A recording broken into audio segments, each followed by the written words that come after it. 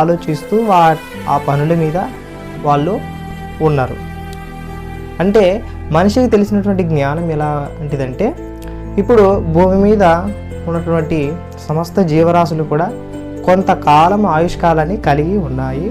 అలాగే మానవుడు కూడా ఆయుష్కాలాన్ని కలిగి ఉన్నాడు. ఈ ఆయుష్కాలము అనేది దేవుడు ఇస్తేనే వచ్చింది, కానీ మనంతకు మనమైతే తెచ్చుకోలేదు. ఇప్పుడు ఈ చిన్న ఆయుష్కాలంలో మానవుడు ఏమి తినాలి, ఏమి త్రాగాలి, ఏమి ధరించుకోవాలి అని ఆలోచించాలా?